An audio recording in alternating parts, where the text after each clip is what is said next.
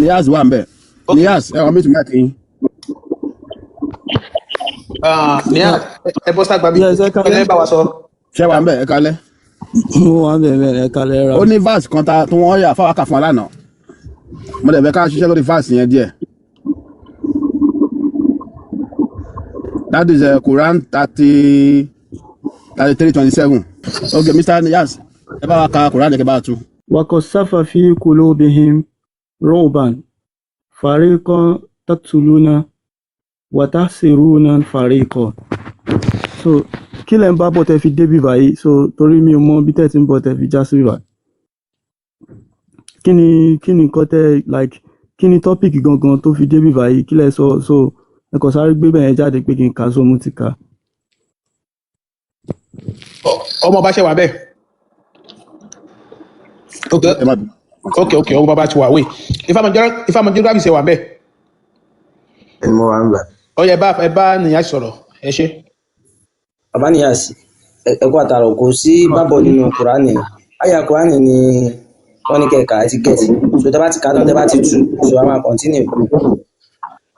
Ìgbà tẹ́ ń sọ pé blọ̀ yẹn gan mo bí lóògbé bóyá kẹ́ gbé Kùránì lọ́dọ̀ yín ẹ lè ṣí ẹ̀rẹ́ kà.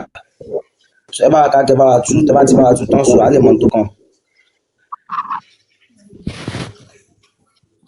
وأنزل الذين ظهروا من أهل الكتاب. So ó ní pé ó sọ̀kalẹ̀ الذين ظهروا من أهل الكتاب nínú àwọn أهل الكتاب àwọn tí wọ́n ní tírà dání. Àwọn أهل الكتاب ní bí àwọn tí wọ́n ní Taurat, Injil and Sabura. So àwọn tó máa ń pè ní أهل الكتاب ni àwọn onítírà, àwọn tí wọ́n ní tírà dání bí in English wọ́n máa ní pé Old Testament, gospel that they gave Jesus, and then Torah. Àṣẹ verse wo lẹ gbọ́ àṣẹ? Verse wo lẹ? Min sayasihi. Verse wo lẹ gbọ́? Mr. Brother Nias. Ọmọ ọba ẹ̀yin náà lè ní agbé 27. Ọmọ bọ́ọ̀lù ẹ má bínú o. Okay, ó nìyẹn 33:27 yẹn. Okay, Mr. Nias, eléyìí ni wọ́n sọ pé kẹ̀kà di following sura tó tẹ̀lé ìkẹ́ ń kábọ̀ yẹn, ó náà lélẹ̀. Ẹ lè gbé wọn sókè báyẹn. Mo change ẹlẹ́ẹ̀kan yẹn, mo fẹ́ change view rẹ̀ mo click yẹn, so eléyìí náà ni wọ́n fẹ́ ka ọ̀ya ẹgbọ́n sókè. Ẹ ṣe. Wa awrathakum ardahum. Awratha ajẹ́lógún fún yín kéèyàn jogún kan. Awratha wa awrathakum ardahum ajẹ́lógún fún yín ardahum ilẹ̀ wọn. Wa dayarahum dárù ní ilé, jámùhù dárù ní dayarọ̀ àti àwọn ilé wọn like ibùgbé. Wa amwalahum àti àwọn dúkìá wọn, dúkìá. Wa ardo lam ní ìmọ̀ bẹ́ẹ̀ náà fóònù mi lójú kó máa reflect iná sí mi lójú báyìí. Lam tatahuha.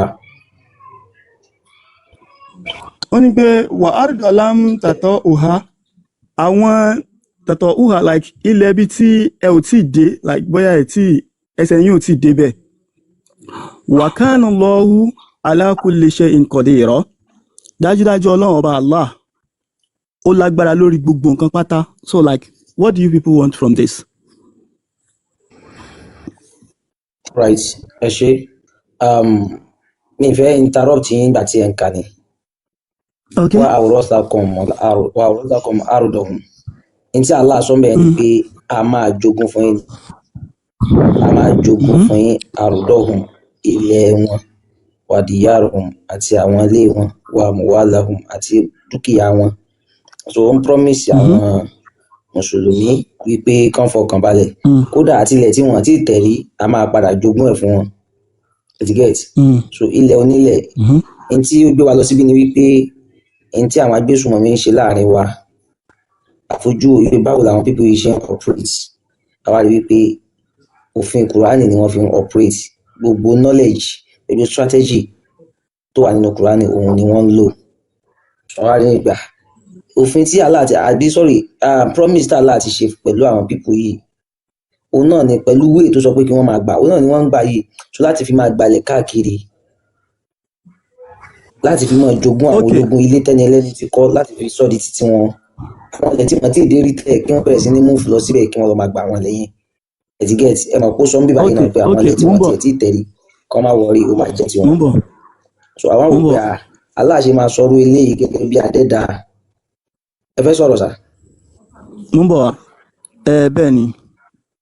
Okay. Now, nínú ọ̀rọ̀ yìí tẹ́ bá follow, ṣé ọ̀rọ̀ in tó máa ṣẹlẹ̀ ni àbí ọ̀rọ̀ pé Ọlọ́run bá Allah rán wọn létí pé in tá a ṣe fún yín or in tá a sì máa ṣe fún yín?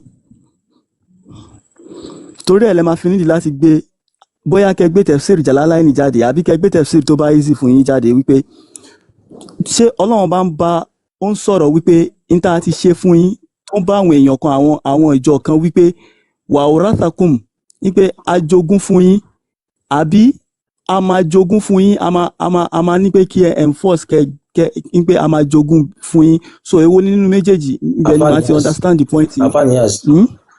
Ẹ máa gbọ́ wà á dọ̀n lámtàtọ̀ hùhà àti àwọn ẹ̀tẹ́ tí ì dérí ìjogún ilẹ̀ tí wọ́n ti ì dérí náà fún wọn. So tó bá sọ pé jogún tó bá sọ pé jogún bẹ́ẹ̀ yẹn ṣé ó mì ní pé ó mì ní ogun àbó mì ní achievement? That is my question. Wípé ilẹ̀ tẹ́ ò ti dé for instance mo ń bọ̀ ilẹ̀ tẹ́ ò ti dé rè èmi wà ní Nàìjíríà sí báyìí mi ò tí ì dá Amẹ́ríkà rè tó bá padà yá tí bá dá Amẹ́ríkà tí mo lárísìkì tí mo nílẹ̀ ń bẹ̀ tí mo ra lé so kí ló mì nìyẹn? Gravity tẹ́ bá fẹ́ ká gbé tẹ̀ ṣú wa máa gbé wa o. So òun náà là ń tún kí ló mì nìyẹn wàhálù láǹtà àti àwọn ilẹ̀ tẹ́ ò jẹ́ pé ẹ̀ tí ì dé rí gan. tó bá ti béèrè question Afanias tó bá ti béèrè question ẹ máa ní sùúrù ẹ máa jẹ́ kán answer yín ẹ ti get. Okay. So tẹ́ bá ti ń sọ̀rọ̀ lé ọ̀rọ̀ ó máa jẹ́ kí ẹ máa action yín ó máa high ẹ̀ẹ́dẹ̀ nídẹ̀ torí àwọn èèyàn tó ń wò yín. As funny thing àbí furniture ẹ bá wa mú ti mic yẹn má bínú ká tó lọ síbi tafsir yẹn náà ti máa ń gbé wa mo fẹ́ ní kẹ́kẹ́ bá lọ́dọ̀ yín gan tẹ́lẹ̀ ni à ń sọ̀rọ̀ lọ́wọ́ ẹ mú ti mic yín kò tí kàn yín sá ẹ má bínú sá ẹ máa dá sí ẹ má bínú ẹ mú ti mic yín náà sá. Mo fẹ́ ní kẹ́kẹ́ gbé tafsir yẹn jáde tẹ́lẹ̀ ni bọ̀ wọ́n ti bá yín bí jáde bọ̀ ká tó lọ síbi tafsir yẹn ṣẹ́rí mo sọ fún ilé nǹkan pé strategy tí àwọn agbésùnmọ̀mí ń lò inú Kùránì láti rí gbogbo ẹ̀ ẹ̀sìgẹ́tì eléyìí kan jẹ́ ọ̀kan lára àwọn promise tó ti ṣe ni àwọn bí wọ́n ṣe ń operate gangan ó wà nínú Kùránì àṣemàdébẹ̀ ẹ̀sìgẹ́tì bọ́ ti béèrè fún tafsir wọ́n ti gbé jáde ó yẹ ká ẹ bá wa ka tafsir yẹn kẹ́ ṣàlàyé ẹ̀ fún wa ká tó máa lọ. Mo lè rí báyìí ó jìnnà ó dẹ̀ wẹ̀rẹ̀ so reflection inú fóònù mi. Ibi jáde lọ́dọ̀ yín tẹ́ bá ti fi jáde lọ́dọ̀ yín a lè clear látọ̀dọ̀ yín báyìí ó yá. Mo ò ní tíra tí mo lè fi gbé jáde níbí báyìí so the best tẹ́lẹ̀ ṣe nípa zoom lórí fóònù náà máa ń rí i. lórí zoom jù báyìí lọ́tọ̀ ṣé àkèrè ìṣe zoom. Lórí fóònù ẹ̀yọ̀kan tó wà lọ́wọ́ mi ni mo ti fẹ́ ṣe. ẹ minimize fóònù yín ẹ lọ sí àwọn fóònù ibi tẹ́tí àwọn app tẹ́tí máa ń béèrè so kẹ́ béèrè níbẹ̀. tó máa minimize àní gbọ́ wọn ifá máa geography. àti pé gan TikTok mi máa cut báyẹn gan sef so tẹ́ bá lè zoom ẹ̀ kẹ́kọ̀ọ́ zoom ẹ̀. àìkiri tẹ̀sí true ẹ yẹ kí n wo bá mo lè gbé wá sórí fóònù kejì náà ẹni sọ̀rọ̀ náà.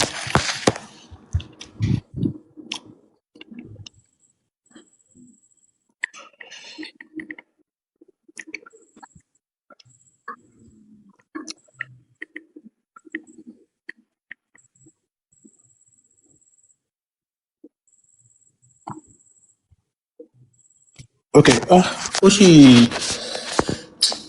sì ṣe bákan náà bẹ́ẹ̀ jẹ́ kí n wò bóyá máa rí tẹ̀sí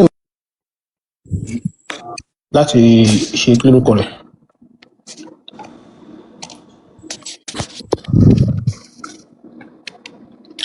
ẹ jẹ́ kí n bákan náà mi náà.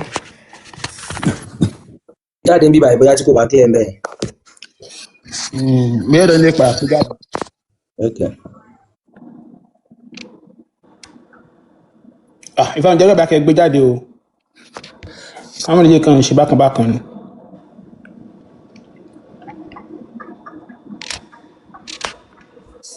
ìfàmù geography bí a kẹ́ ń pín gbé síbi screen kẹ́ gbé jáde.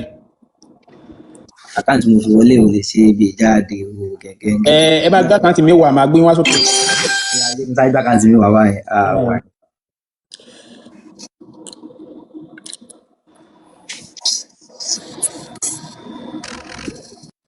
ẹ jẹ́ gbogbo lé ní àṣẹ wa bẹ́ẹ̀ ní àṣì. bẹ́ẹ̀ ni mo wà ń bẹ̀ mo ń fẹ́ kẹ́ gbé jáde ni. ìbéèrè tèmi ní fún ìbéèrè tèmi ní fún verse yẹn tí mo fẹ́ gbé jáde ó difference nǹkan táwọn àwọn ṣéèkì wa ń béèrè lọ́wọ́ yìí. ok. ta ni Allah fẹ́ jogún ilẹ̀ fún, ta ló ní ilẹ̀? ok wọ́n bá sọ pé ta ló nílẹ̀, ẹni tó nílẹ̀ gangan fúnra rẹ̀ tó nílẹ̀ òun náà lẹni tó máa jogún lẹ̀ nígbà tí gbogbo àwa tá a wà lórí ilẹ̀ tá a bá sí ní orílẹ̀ mọ́, that is Allah. no ẹni sọ̀rọ̀ ọmọbẹ má bínú o, ẹ jẹ́ kí n ṣe ọmọbẹ ní sùúrù, ọmọbẹ má ẹ sì ní sùúrù, ẹ máa wọ tẹ̀síìrì. no mo fẹ́ gbé kí ní wá sókè ni ẹ ní sùúrù ọba nípa àmọ́jọ́ gravity bá wà ń sálẹ̀ mi mọ àkáǹtì ẹgbẹ́ wa ẹ ṣe hi ẹ mú tùmí tó dáyé ẹ ṣe hi tẹ bá wà ń sálẹ̀ mi rí yín o ṣé àkáǹtì máa jẹ́ wà private mi jẹ́ ní gbé wá sókè ó sì nìkan ní gbé yín wá sókè. òkè yẹn ti fún nàtàlá gbé ọ̀sẹ̀ òkè. ok mo ti rí ẹ máa tọ́bẹ̀ kan lókè yẹn. mo ti rí wọn mo ti rí wọn. ìyá wa pín iṣẹ́ wa bẹ́ẹ̀. lókè yẹn. ẹ kálẹ́ o. ẹ ní sùúrù ẹ jẹ́ bá hold on. ok ẹ jẹ́ kí n gbé fáwọn ọmọ nígbà wà sókè padà. ok ní yà ṣẹ́ wa ń bẹ̀. mo wà pẹ̀lú yín. Quran verse yẹ kí n kà lẹ́yìn jáde fún ìkẹ́ gbọ́. ó ní he has also caused you to take over their land. ṣé ó yẹ yín bẹ́ẹ̀? ó tún wá fi sí homes, ilẹ̀ àti ilé wọn, and wealth àti àwọn ogún wọn. ṣé ó di mẹ́ta bẹ́ẹ̀? ṣé ń gbọ́ mi? mo wà pẹ̀lú yín, mi fẹ́ kó máa jẹ́ ọ̀kọ̀ọ̀kan ní sọ́ọ́. as well as lands you have not yet set foot on. tí ẹ ò tí ì dérí, tí ẹ ò tí ì fẹsẹ̀ tẹ̀rí, that is a virgin land. Nigeria abájọ́ fẹ́ ra lẹ̀ virgin land, and Allah is most capable of everything. So ta ni ó ní ogún ilẹ̀ àti property, ta ni wọ́n fẹ́ jogún ẹ̀ fún? ó difference sí nǹkan tẹ́ ń fi ń dá mi lóhùn. Allah wà as a supreme ẹ̀ńtẹ́nípò ní ilẹ̀ àti ayé. So àwọn kan náà ní ilẹ̀ yẹn according to this verse. So àwọn kan ní Allah fẹ́ jogún ilẹ̀ yẹn fún, àti ogún wọn àti property wọn. Ta làwọn tó ní ilẹ̀ tẹ́lẹ̀, ta ni Allah fẹ́ jogún ẹ̀ fún? That is the answer question. Mo get yín sir, ẹ ṣé. Nǹkan tí mo wá ń sọ náà ni wípé Quran ní sábàbù nùsùl, nǹkan tó ń pè ní sábàbù nùsùl. Mo mọ̀ pé ẹ máa ti gbọ́, ẹ mọ̀ pé òdodo nìkan tí mo sọ yìí pé Quran máa ń ní pé kí ni ìdí tí àyà kan fi ṣẹlẹ̀, kí ni so ẹ lè tu ní straight báyẹn àfi ká rí tẹ̀fsìrì yẹn gangan mo ń dúró dè látẹ̀kọ̀ wípé kí ni sábàbù nùsùl. Ṣé àwọn mùsùlùmí náà bá wípé wọ́n fẹ́ lọ gbalẹ̀ níbì kan ni, àbí Ọlọ́run rojọ́ àwọn nǹkan àwọn pé bóyá nǹkan tó ṣẹlẹ̀ sí Musa àbí nǹkan tó ṣẹlẹ̀ sí Abraham rí. mo fi aláàbẹ̀yìn tí ẹ bá ti ń sọ̀rọ̀ lórí ètò yìí ẹ má ṣe mistake pẹ̀lú Ọlọ́run. ó lè trigger ìbínú àwọn èèyàn àbẹ́lòmíì, ẹ má bínú, ẹ má lo Allah, ẹ stick to Allah. ok mo ti gbọ́ thank you, ẹ ṣé ó yá mo ti gbọ́, mo accept. Bá ẹ jọ̀ọ́ ṣé mo lè sáré béèrè ìbéèrè ẹyọkan ẹ jọ̀ọ́ ẹ má bínú. ẹ kọ́ yanjú eléyìí nǹkan tó béèrè. ok ó yá mo ti gbọ́, nítorí pé nǹkan ibi ọ̀rọ̀ tẹ sọ́ọ̀sì ibẹ̀ ni béèrè yẹn wà ní, mi ì tẹ̀lé padà wá síbẹ̀ lẹ́yìn tó bá yá. à ń gbọ́ yín. ok ìbéèrè náà ni wípé nígbà tí àwọn baba ńlá wa àwọn Yorùbá tó máa ń sọ wípé ìbá. Níyàs ẹ fi baba ńlá wa sílẹ̀, ẹ ti ní pé wọn ò dá, ẹ ti ní pé wọn ò dá, ẹ ti ní pé wọn ò wúlò, ẹ fi lọ gba ẹni sùúrù ẹ ti ní pé baba ńlá wa, ẹ ti ní pé wọn ò dá, wọn ń bọ òrìṣà, ẹ ti ní pé wọn ṣe bá wọn ṣàwó, ẹ ti fi wọn sílẹ̀, ẹ ti lọ bá Allah. So now àwa ń question yín nípa Allah ní ìsìnbá, ẹ má ṣe comparison láàrin Allah àti àwọn baba wa, ẹ fi wọn sílẹ̀. That is a misconception. Nǹkan táwọn olóyìnbó máa ń pè ní misconception yẹn pé bàbá wa wọ́n ju Allah lọ, kò sí Yorùbá tó sọ pé ẹ máa gbọ́, kò sí Yorùbá tó sọ wípé ìpìlẹ̀ àwọn tó ń tàka òsì síbẹ̀. Nǹkan táwa ń sọ fún yín ni wípé ẹ̀yà wà, ẹ̀sìn wà, ẹ̀yà ní Yorùbá, so ẹ̀yà pọ̀, Yorùbá lẹ́yà, Yorùbá lásà, so ọ̀tọ̀ nǹkan tẹ́lẹ̀ sọ yẹn náà mo wà pẹ̀lú pé ẹ̀ ń sọ̀rọ̀ pé tẹ̀fsìrì yìí pé kò papọ̀ mọ́ bóyá ó kàn promise wọn nílẹ̀ kàbí nǹkan kan pé kò ń ṣe, ẹ mọ̀ pé tí abádébẹ̀ tèmi explain ẹni sọ̀rọ̀ ní tèmi explain fún yín ni wípé Allah pẹ̀lú ogun they are 5 and 6 etiquette ó wá ti fún wọn ní victory, wọ́n ti jagun, wọ́n ti ṣẹ́gun, wọ́n ti lé àwọn kan kúrò ní ibùgbé wọn, àwọn tí wọ́n kọ́lé tán ní property tán lógún tán ní dúkìá wọ́n ti lé wọn kó ń bẹ àwọn Muhammadu wọ bẹ̀ wọ́n jẹ bẹ̀rún so Allah wa ń congratulate wọn ó ń fún wọn ní àmì ẹ̀yẹ wípé òun ti sọ fún yín náà bó máa jogún everywhere fún yín ó tún wá jẹ́ kọ́mọ̀ wípé kódà virgin land tẹ́ ẹ̀ tí tẹ̀rí ẹ̀ tún fọkànbalẹ̀ ẹ̀ tún máa jogún ẹ̀ ti gẹ́gẹ́ bóun ṣe máa ń ṣe so ẹ wá ní ká gbé tẹ̀síìrì wá so òun lélẹ́yìí lọ́wọ́ mi yìí kí ẹ máa mú tí máìkì yín kàkà bí kọ́ sódà yẹn pọ́n ẹ kò díẹ̀díẹ̀ ṣe máa ka báyẹn àbí kí n kà á. tí mo tẹ ẹrí rẹ. ó ní this verse meaning of this verse that is tafsir. This verse is speaking about how Allah granted the believers victory and possessions over the property and land of the defeated group. Historically linked to the tribe of Banu Qurayza in Medina after their conflict with the prophet. So gẹ́gẹ́ bí ẹ ṣe mọ̀ inshallah ẹ̀yin èèyàn wa àwọn Bani Qurayza yìí ní Medina yìí wọ́n ti ń gbénú ìlú wọn pẹ̀lú rọrùn tí ò sógun tí ò sí wàhálà but with attack of the prophet òjíṣẹ́ Allah so lẹ́yìn tí wọ́n pa àwọn tí wọ́n lè pa tán ti sọ bàbá di bàbá ń bàbá wọn sọ ọmọdọmọ lọ́mọ wọ́n tún jogún wọn wọ́n jogún ìyàwó wọn so bí Allah ṣe máa ń ṣe nìyẹn in tó wà nínú tafsir tẹnika gbé wá òun lélẹ̀ after tí wọ́n lọ lé àwọn pípù yẹn kúrò ní ibùgbé wọn bí wọ́n ṣe ń lé àwọn ará Kwara kúrò yẹn exactly bí àwọn ẹ ti kà torí mo gbẹ pọ̀ lórí Niyas so ẹ Azau support Azau ẹ mú ti mic yín sà ẹ mú ti mic yín sà bàbá ọmọ bàjẹ́ kan mú ti mic yín ẹ mú ti mic yín sà tí ìfẹ́ bá mú ti ẹ kó má dàbí ẹni pé bóyá mo ń disrespect yìí ẹ mú ti mic yín tábà ti fẹ́ yà máa pè yín. ok mo wà pẹ̀lú náà. bàbá Niyas ẹ má bínú ẹ mú ti mic yín ṣé gbọ́ mi yé dáadáa. mo gbọ́ yín yé mo ti gbọ́ so n tó ṣẹlẹ̀ tí àyà yẹn fi sọ̀kalẹ̀ nìyẹn. ok sábàbù nùsùn nìyẹn now ẹ wá ẹ pọ́ǹtì kínní kan ẹni wípé anabi sallam wípé nígbà tó ti pa wọ́n ní aya tó ti pa wọ́n ní ọmọ tó ti ṣe kínní kan now mo wá fẹ́ jẹ́ kẹ́kàn ṣe searching nǹkan ẹyọ kan péré wípé ṣé anabi sallam ṣé ó wéjì like pé kéèyàn kan dìde pé òun ló bẹ̀rẹ̀ ogun rí àbí ó ṣe self defence so bẹ́ẹ̀ máa ṣe searching calm down ẹ fún mi ní àfààyè fún mi láfààyè ẹni sọ̀rọ̀ èmi mo dá fààyè mú fàṣẹ Niyas hold on ẹ má bínú just hold on a second just a second we fit bring it back to the topic ni ìkan tí Family Jagabi sọ àtún lọ sí bòmí nìyẹn my own question ni wípé àwọn wo ló ní ilẹ̀ náà ní property tí Allah wage fáwọn kan second one is that why tí Allah wage property fún àwọn tí àwọn ẹlòmíì that's my question ẹ fi wọn pọ́n ṣe àwọn ọjà sílẹ̀.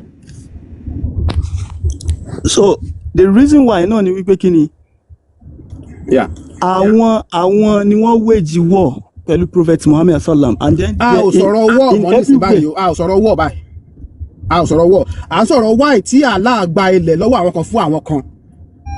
no ṣé ó gbàgbé lọ́wọ́ wọn ni ṣe bí there's war ní pé ogun wà ní and then n tó dẹ̀ fogun yẹn ni self defence lógun yẹn ọ̀rọ̀ ogun náà sọ bí báyìí náà tó fi di pé káàzùm pé wọ́n ti jagun tán ẹni sọ̀rọ̀ káàzùm pé wọ́n ti jagun tán ẹni sọ̀rọ̀ wọ́n ti jagun tán wọ́n ti para wọn tán okay why now verse come from Allah láti wí pé ó ń gba ilẹ̀ fún lọ́wọ́ àwọn kan fún àwọn kan that is the question wọ́n ti jagun tán agree pé wọ́n ti jagun wọ́n ti para wọn tán ó wá kù group kan so why now verse now come from Allah láti pé okay o a máa jogún ilẹ̀ àti property wọn fún yín why that is the question. okay the reason why is this at that time nígbà yẹn there's number of the people there's number of group the limitation of the number of people the limitation of the number of the group tí ó bá fi lè happen pé they wipe them out the land cannot be empty àwọn èèyàn kan gbọ́dọ̀ occupy ẹ̀ so bẹ́ẹ̀ náà ni ló ṣe rí nínú politics náà ti the politics that we have today tí a bá ṣe ìgbò táwọn ẹnìkan bá ń wí àwọn ẹnìkan ló máa take over you say what kí lẹ sọ. okay ẹ jẹ́ ká ṣe báyìí ok ká ní pé ní ìsìn báyìí àwọn tó jagun yẹn wọ́n jagun tán wọ́n ti win ogun wọn ṣé àwọn yẹn ò mọ̀ pé àwọn máa gba ilẹ̀ yẹn fúnra wọn ṣé wọn ò mọ̀ àbọ̀mọ̀. ta ni iṣẹ́ ẹni tí wọ́n defeat ni kò mọ̀ abẹ́ ẹni tó victory tó win. ẹni tó win tó victory ṣé kò mọ̀ pé ok ní ìsìn báyìí ó ti pàlú kan run ní ìsìn báyìí ok dájúdájú ilẹ̀ yẹn ọmọ máa gbà lórí ilẹ̀ yẹn ṣé wọ́n mọ̀ àbí wọn mọ̀. so wọ́n mọ̀ wọn mọ̀ Quran ti sọ Quran ṣe lè fún wọn lẹ́yìn. ṣé àwọn yẹn mọ̀ àbí wọn mọ̀. from beginning ilẹ̀ kọ́ ni wọ́n ń jà sí protection of ẹ̀sìn ni wọ́n ń jà sí láti ilẹ̀.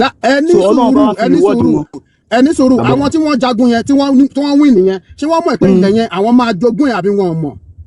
wọn ò mọ̀ ìyẹn kọ́ ni ló wà lọ́kàn ọ̀rẹ́. ok fine ẹni sùúrù fine wọn ò mọ̀ pé àwọn máa jogún ẹ̀ so Allah wá send the verse wá ipò òun máa jogún ilẹ̀ onílẹ̀ fún wọn. ilẹ̀ tẹ́ ń sọ yẹn ilẹ̀ àti sánmọ̀ àti ilẹ̀ it belongs to Allah whether you agree or not. finish ẹni yìí ni wá ń kíní ẹjọ́ ẹ má bínú ẹjọ́ kákó lórí ẹjọ́ yẹn ti ṣe kíní ẹjọ́ ẹ má bínú brother Niyas ẹ máa wo hadith dáadáa o. okay ó ní the hadith main one ó ní from Anas ibn Malik ó ní whenever the prophet went out to fight a people he would not attack until morning. If he heard the azan he would stop not attack. ṣẹ́gbọ́n ló máa attack mi tí dèbí tí mo lọ ó ní if he did not hear the azan.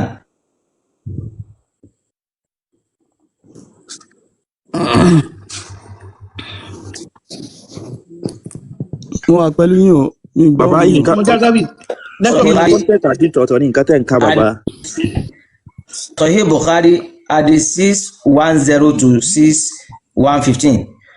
ẹ jẹ́ ká máa lọ ó ní other support hadith ó ní also from Anas bin Malik ó ní the prophet used to listen if he heard azan he would not fight them. ó ní Sahih Muslim ẹ má ta ló ń gbọ́rọ̀ mọ́yàn lẹ́nu báyìí ó ní from Abu Hurairah ó ní the prophet said when you come to a land do not fight them until you invite them to Islam first. ó ní Sahih Muslim àti ìdìbìtàn lọ ó ní from Bradi ibn al-Usaid ó ní when the prophet appointed a leader over an army he told him call them to Islam first. If they accept do not fight. If they refuse then other step follow. What is that other step? Fight them, kill them, take their land, find them, ẹ gbàyàwó wọn, ẹ sọ ọmọdọmọlọmọ, ẹ sọ ọkọ di ọkọ ọlọ́kọ kọ bàbá owó ọmọ tì kí ìyá mọ rojú kán mọ rojú ráyè kán sùn ní àgbàrá ẹ̀jẹ̀ kẹ gbálé wọn kẹ gbọ̀nà wọn. ṣe pé ajagun ta ni Muhammadu jagun ẹ̀rí pápá yẹn ni. so hadith ni Sahih Bukhari Sahih Muslim. mo ń bọ̀ àbọ̀ bàbá má fi náà ẹjọ́. ibo náà ti dákọ̀ apààyàn níbi tẹ́kẹ́tẹ́ kàtà nísìn ó yẹ sọ. níbi nǹkan tẹ́ kàtà nísìn ibo náà ti dákọ̀ apààyàn. ẹ ṣe. Ifeanyi geography ní sùúrù nẹjọ ẹ jẹ́ ká bá Niyas sọ̀rọ̀ tán tá bá wọn sọ̀rọ̀ tán fọ́nìṣọ̀ máa gbóhùn sókè sọ̀rọ̀ mi yé yín ẹ jẹ́ ká sílẹ̀ ẹyọ kọ̀ọ̀kan àwọn tí ń gbọ́ wa wọ́n pọ̀ ẹjọ́. Mr. Niyas afwan ẹjọ́ ẹ má bínú Mr. Niyas. yes sir. ẹ jẹ́ ká sílẹ̀ ẹyọ kọ̀ọ̀kan ẹ má wọrí fọ́nìṣọ̀ ẹ mútu náà ẹ jẹ́ kí Niyas ó parí nǹkan tó ń sọ ẹ ní sùúrù ẹ má wọrí a máa pè yín má wọrí Niyas àti Ifeanyi. tí fọ́níṣọ̀ bá tún ti tára wọn bá ti balẹ̀ wọ́n bá tún ti open mic wọn ẹja wọn bọ́ọ̀lù ẹjọ́ torí mi ò ní fẹ́ káwọn nǹkan máa disturb ẹ mọ iye èèyàn tó ń wò wá ní tẹ́ máa wá sí ìbàmà ṣe bàbá nìyá àṣẹ open mic yín. ok mo ń gbọ́ yín. so ṣe ti rí àdìsí mẹ́rin tí mo kà fún yẹn. àdìsí tẹ kà fún mi yẹn I didn't see it mo rí because kò sí nǹkan tẹ intention yẹn kò sí ń bẹ̀. tẹ bá lè jẹ́ kó bó tí gbogbo ilé ayé máa rí ó máa wà ókè. ẹ bó tí gbogbo ilé ayé máa rí it's not bold. ok ó yẹ kẹ́ máa ẹ jẹ́ kí gbogbo ilé ayé rí. báyìí nǹkan ok báyìí nǹkan. ó yẹ ká báyìí ẹ máa ká báyìí. from Anas ibn al-Malik. Whenever the prophet went out to fight a people, òun ló máa ń went out to fight people. Can you imagine? Okay, ó yẹ dúró. He will not attack. Wait, ẹ jẹ́ ká máa ṣe lọ. Ó dàbí pé ta ló ṣí kinní náà. Mo ń tún gbọ́n ara mi again. Okay. Bóyá nẹ́tíwọ̀kì yín ò dá lálẹ́, I don't know. Kí lorúkọ èèyàn yìí náà? Danny Foss, please, ẹ close the mic yín náà, ẹ mute.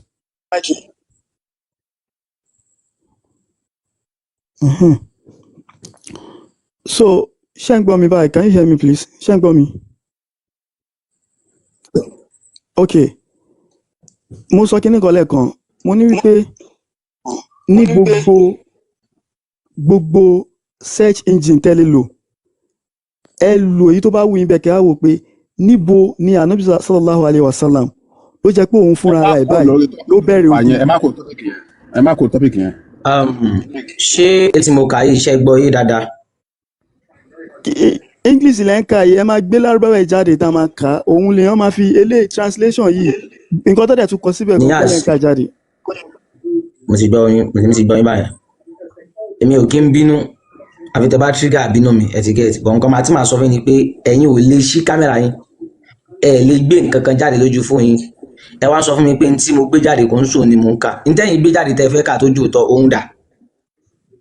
So bí mo ṣe sún kínní tó kínní mo ṣe sún wọn tó báyìí ẹ dárí kà báyìí. Ó wà òkè báyìí, ẹ rí ìdẹ̀ báyìí. ẹ máa ka fúnra yín báyìí. The hadith meanwhile, whenever the prophet went out to fight a people, he will not attack until morning. If he heard the adhan, he will stop, he will not attack. So now, this is the text. Where is the context? Ṣé ìjà wà nílẹ̀ àbí kò síjà? Ta ló dájà lẹ̀ bó ìjà yẹn ṣe ṣẹlẹ̀? Brother, this is self-defense or what? Wọ́n nígbà tí àná bá fẹ́ lọ kógun jàyàn ó ní pé nígbà tó bá fẹ́ lọ kógun jàyàn ó máa dúró di àárọ̀ kílẹ̀ mọ́ kó tó àtàkì wọn. Brother ọmọọba ẹni sùúrù náà, nǹkan tí wọ́n ń sọ fún yín yẹn ó size common sense. That is what they call the etiquette of war.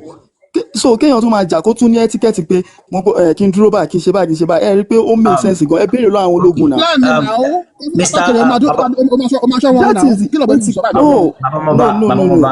Torí ẹ̀yin ò sí ibi ogun náà ẹ̀ mọ́ náà. Mr. Bra Niyaz, ẹ jẹ́ ká farabalẹ̀, ẹ má wọrí, báyìí la ṣe máa ṣe. Wọ́n sọ wípé tó bá gbọ́ azan ó máa padà kò ní jà mọ́. Wọ́n ti gbà Islam. Ó wá ní ibi àdìsẹ́lẹ̀ kẹrin, ó ní tẹ́ bá ti débẹ̀ ẹ má ti kọ́kọ́ bá wọn jà, ẹ kọ́kọ́ preach Islam fún wọn. Tí wọ́n bá gbà, so ẹ fi wọn lẹ̀. Tí wọ́n bá ti wá gbà, then attack them. Báwo lè ṣe fẹ́ ṣàlàyé yẹn sà? Ẹ gbé àdìsí yẹn jáde kiri because ọ̀rọ̀ ẹnu yín kò ń ṣe ìyẹn kọ́ mo ní ìdìbà. Ẹ gbé àdìsí yẹn jáde. So àdìsí yẹn lélẹ̀. Okay. Call them to Islam. If they accept, do not fight. No. Ẹ ká látòkè wo ni bala ẹ má ṣe báyìí, mi ò like ẹ ká ìnà. Ẹ gbé látòkè báyìí. Ẹ gbé láti 4 from kìnìkan ó yá. Okay, from Buraida ibn al-Husayb. When the Prophet sallallahu alaihi wasallam appointed a leader over an army, he told him, call them to Islam first. Call the people to Islam first. So níbi báyìí níbi brother mi ẹ máa ka kíní ìlọ. Okay, if you don't need explanation, then secondly, if they accept, do not fight them. Do not fight them. Mumbo, call them to Islam. If they accept, do not fight them. Ṣé ogun wà lẹ́tẹ̀lẹ̀ nìyẹn? Yes, now kò kí ń ṣe ta. Okay, ṣé ìtaná wa ń sọ fún yín? Ṣé ibi tán ti lọ ibi tán ti ń jà náà ń sọ fún yín? Kò ń ṣe pé bóyá ní community àbí area now. So ìdá ìlọsìn ni pé ogun wà nílẹ̀ ló kọ́kọ́ sọ fún wọn pé kó invite wọn sínú Islam first. Nítorí pé nǹkan tó fà náà nìyẹn tó fàjà láti ilẹ̀ nìyẹn àwọn ẹlẹ́bọ Mẹ́kà. Kí ló ṣe ọpọlọ àwọn èèyàn nílẹ̀ báyìí? Ẹ wo nǹkan tẹ́ ń defend brother Niyaz. Ó sáré pé èmi ò sá sọ̀rọ̀ ebú lálẹ́ yìí, mo rọra calm, ó ti yé. Mo ń sọ ọkọ fún ẹ pé bó ṣe ṣẹlẹ̀ nìyẹn. Kò kí ń ṣe pé ládùúgbò bá wà ládùúgbò náà. Àfáà Niyaz ẹjọ bẹ́ẹ̀ ni kankan jà ń bí ẹjọ ọdún mélòó l'Ànábì lò ní Mẹ́kà kó tó lọ Mọdínà? Ọdún tó lò ní Mẹ́kà kó tó lọ sí Mádínà. Bẹ́ẹ̀ni. Ṣé ń gbọ́ mi? bẹ́ẹ̀ ni ọdún mélòó lànàbí lò ní Mọ́kà kó tó lọ Mádínà. kílẹ̀ fẹ́ fi ṣe exactly tó fi di ìbéèrè yẹn kílẹ̀ fẹ́ fi ṣe. ẹ máa gbọ́ ẹni sọ̀rọ̀ ẹni tó ló ń preach Islam wọ́n ń bàjá wọ́n fẹ́ pa nàbí. ìbéèrè tí wọ́n fẹ́ béèrè ni pé tẹ́ ẹ bá mọ iye ọdún yẹn òye lẹ́yìn yẹn ṣẹ̀ṣẹ̀ wá wò pé ní gbogbo iye ọdún tá nàbí wá lò ní Mọ́kà yẹn ǹjẹ́ tó jagun kankan. òye so gbogbo ogun tá nàbí jà yẹn kò jọdún márùn lọ nígbà tó wẹ̀ tágbára tán ní Mọ̀dínà ṣùgbọ́n bẹ́ẹ̀ yẹn kọ́ là ń lọ ọdún mélòó lẹ́yìn fúnra yín mọ̀ ẹ́ ló fún yín ẹ béèrè ọdún mélòó là nàbí lò ní Mọ́kà tó fi ń sùn tó ń jí kó tó dípò lọ Mọ̀dínà so tẹ́ bá dé bàbá Fámọ Geography so ẹ continue láti bẹ̀rẹ̀ ẹ máa dáhùn padà sórí ìtàn ni wọ́n máa yí yín báyìí so ṣé ẹ ti rí ọdún mélòó ló pé. mo ń bọ̀ wá bá nǹkan tí mi mọ bí ìbéèrè bó ṣe ní ṣe pẹ̀lú nǹkan tí à ń fà lọ but anabi asalam ó kúkúrò tánàbí kúrò ní Mẹ́kà ó sá fún pípé àwọn ẹlẹ́bọ wọ́n fẹ́ pa ni ó sá fún ẹ̀mí ara ẹ̀ ni. kó tó sá yẹn sẹ ọdún mélòó ni ó fi ń píríìtì kó tó sá lọ.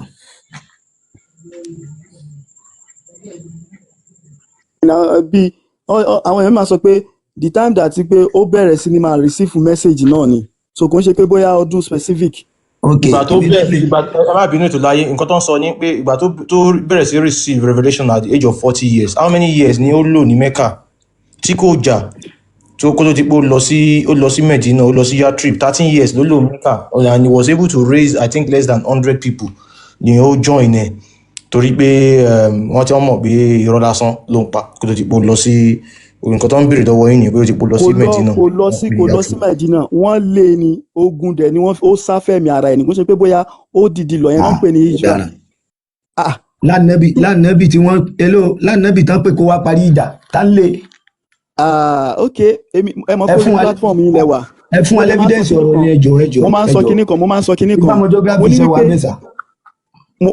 mo sọ pé generation tàwa ń sìn. mo ní pé generation tàwa ń sìn. the next step náà yẹ kó fún wa ní evidence ibi tán ti lé ànábì kó Mẹ́kà kó fún wa evidence ẹ̀. so tó bá ti fún wa evidence èmi máa fún evidence pé wọ́n invite ànábì kó wá parí ìjà Mọ̀dínà ó yẹ fún wa evidence ibi tán tí wọ́n ti lé Muhammadu kó Mẹ́kà. ok máa fún yín ní quotation Quran ni ó ti yé báwọn nígbà tí Ọlọ́run bá ń sọ pé mo bọ̀ ẹ jẹ́ kí n. tí Allah ń sọ wípé ẹ tún lè máa fi ṣègidì Allah sí kó bá declare ara ṣègidì Allah tó wá lè yá àwọn èèyàn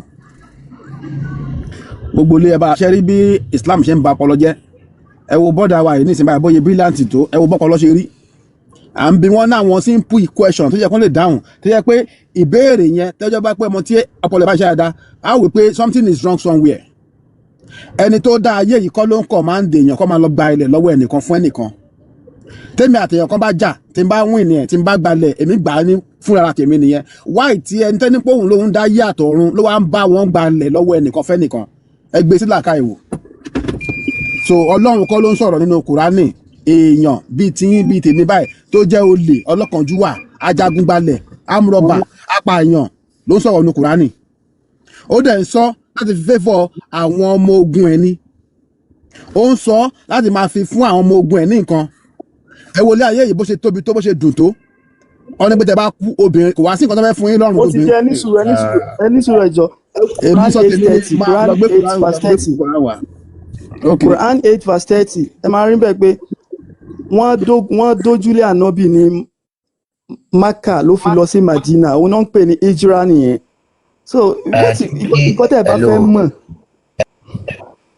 ẹ ṣe sùúrù tó láyé ẹ jẹ́ kó délé ẹjọ́ tó bá ti gbé yín wọlé ẹ máa pa máìkì ẹjọ́ ẹ bá ti wọlé ẹ máa pa máìkì so Mr. Niyas à ń gbọ́ yín.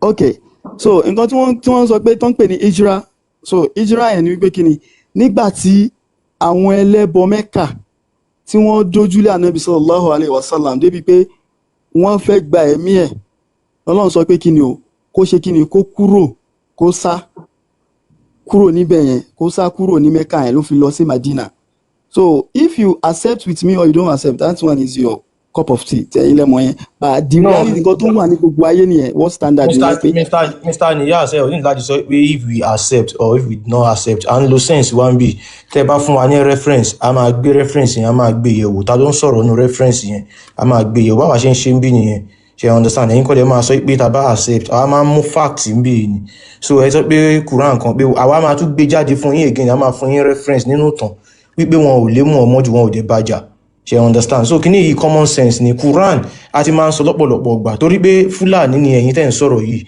and ẹ ò dẹ̀ lè ever ẹ ò kò possible ẹ ò lè ever fi Islam lẹ̀ ṣe understand Fúlàní ni yín Quran ọ̀rọ̀ ẹnu Muhammadu ni ọ̀rọ̀ ẹnu Muhammadu sọ pé Jibril sọ pé Allah sọ pé òun ni Quran Allah kò lanu kó sọ̀rọ̀ kò dẹ̀ sẹ́lẹ̀ rí wípé Jibril kan wá bá Muhammad náà ló sọ pé òun rí Jibril ló sọ pé òun rí Allah kò sẹ́lẹ̀ rí ṣe understand so àwa máa ń lo sense wa ta bá ń sọ̀rọ̀ bí tẹ́ bá sọ pé ta bá gbà tá bá gbà irọ́ tẹ́ bá fún wa lẹ́rìí àwa náà máa fún yín another ẹ̀rí láti jẹ́ kẹ́ ẹ mọ̀ pé nǹkan tẹ́ ń gbé wá fún wa yìí irọ́ ni ṣe understand so bí àárín yẹn ṣe rí nìyẹn ẹ̀rí tẹ́yìn fẹ́ fún wa ẹ ṣe sùúrù sà ẹ ṣe sùúrù ẹ̀rí tẹ́yìn fẹ́ fún wa òun ni kẹ́ ẹ fún wa tẹ́ bá di fún wa lẹ́rìí yẹn èèyàn ẹjọ́ bí mo yé ń sọ lọ èèyàn kan ni mo fẹ́ kó máa bẹ́ẹ̀ ní sọ̀rọ̀ mi ìfẹ́ kí èèyàn kan máa tan mic another person máa tan mic kí èèyàn kan máa sọ̀rọ̀ kó máa ti reach conclusion pẹ̀lẹ́ ẹni yẹn kẹ́lómi tún tan mic ṣe get so ẹ̀yẹ́ kẹ́ nìkan kó bẹ́ẹ̀ ní sọ̀rọ̀ kán dẹ̀ knock it down pẹ̀lú reference so reference ni wọ́n máa fún yín so Ifámọ̀ geography kí n tó sáré lọ ṣùgbọ́n tí mo ń ṣe mo rí pé ẹ̀yin lẹ́ ń bá wọn sọ̀rọ̀ lọ ṣé ti true pẹ̀lẹ́ ni yìí ni Ifámọ̀ geography ṣé ti true pẹ̀lẹ́ ni yìí. no wọn rí ìbéèrè mi wọn rí dáhùn. So ẹ béèrè ẹ ṣe sùúrù jàre ẹ béèrè yín lọ́wọ́ ẹni ẹ̀yin àti ẹni ẹjọ́ discuss ẹ fún reference tó bá ti rí event ká kúrò lórí ẹ̀ tó bá pẹ́ lómi ló fẹ́ bá sọ̀rọ̀ tó fẹ́ béèrè question mi lọ́wọ́ ẹ̀ káwọn èèyàn tó wà ń bì kí wọ́n reference tẹ́yìn fẹ́ gbé jáde ẹ gbé reference yẹn jáde káwọn èèyàn rí reason ni pé àwọn èèyàn tó wà ń bì wọ́n learn wọ́n dẹ̀ ń kọ àwọn references yẹn wọ́n kọ́lẹ̀ because nǹkan tí Niyas yìí òun ló represent àwọn mùsùlùmí àwọn sheik lọ́wọ́lọ́wọ́ báyìí tí àwọn èèyàn wa náà bá ń bá àwọn èèyàn sọ̀rọ̀ nígboro nǹkan tí Niyas ń sọ yóò ṣeé ṣe kó jẹ́ pé àwọn èèyàn kan náà máa sọ so nǹkan tẹ́yìn bá sọ as reference tẹ́ bá fún ẹni yẹn òun náà lẹni tó wà ń ta yẹn náà máa nà ọ́ lẹ̀ fún wọn ní ọ̀hún láti jẹ́ kó mọ̀ pé nǹkan tẹ́ ń sọ yìí irọ́ ni ẹ̀sìn Islam yìí irọ́ ni Quran Muhammadu ló ń sọ̀rọ̀ nínú Quran ṣe understand so bí àárín yẹn bó ṣe jẹ́ nìyẹn so Ifámọ̀ geography yẹn continue pẹ̀lú Niyas kẹ́ẹ̀dẹ̀ fíìsì yes sir brother mi ẹjọ tefsiri Quran 33 verse 27 yẹn nìkan gbé sójú kínní yìí so wọ́n explain tefsiri yẹn tẹ́ bá ti explain tefsiri yẹn. mo fẹ́ lò rè náà. The problem you have is kí lẹ sọ. lẹ́ ń sá lọ ṣe bí ebe ẹ béèrè lọ́ọ̀ mi pé wọn kò ní sá lọ náà kò sẹ́nibọ́dì tó sá lọ. we started from wait ẹ dúró náà ibi tí bàbá ọmọ bá ti bẹ̀rẹ̀ pẹ̀lú yín ó ní Quran 33 verse 27 etiquette ẹ wá ní ká lọ sí tefsiri ẹ̀yìn àti wá gbé jáde èmi gbé jáde sọ pé ẹ̀rí ẹgbẹ́ English ẹ̀ wá ẹ̀jọ́ so that a lè easy láti kà ẹ̀jọ́ so wọ́n máa gbé sójú screen yìí sìn ẹ kàn tẹ́ ó máa gbé wá ẹ máa bá wa kà ẹ dẹ̀ máa explain. a ti sọ bíbá a ti yanjú bíbá yìí níbi tá a dé níbi pé kí wọ́n dáná bí kúrò ní Mẹ́kà tó fi lọ sí Medina amadebe mú quotation wa. Niyas tó bá ti gbé tefsiri yẹn jáde ẹ máa kà ẹ máa tú ẹ bá ti wá gbà pé ajagun ta ni Muhammadu pààyàn ni so a máa bọ́ síbò míì ẹ jẹ́ kí wọ́n gbé Quran yẹn dé kí wọ́n gbé tefsiri yẹn dé báwo la ṣe máa pàjùbà tá a sọ máa sọ pé à ń ṣe kíní ẹ sanko bẹ́ẹ̀ yẹn náà ẹ kàn ń pàjùbà ni kò dẹ̀ ní da tójò bá ti bẹ́ẹ̀ lulẹ̀ báyìí á tún da gbogbo ẹ̀rù tẹ́ bá bọ́ ta ń bí wáyé sìn kò sí fáyidà kò sí oríire pé wá sí ibà nígbà tá a bá yanjú kan tá a kàn sanko léra wọn ó yá ó ti clear báyìí ó yẹ kẹ́ lè ká báyìí.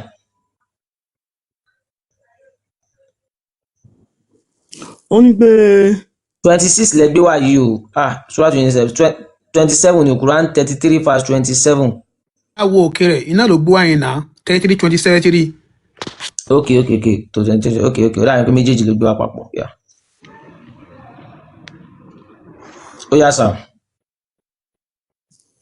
Only we have already noted that when the Confederates came and camped outside Al-Madinah, Banu Quraysh broke the covenant that existed between them and the messenger of Allah.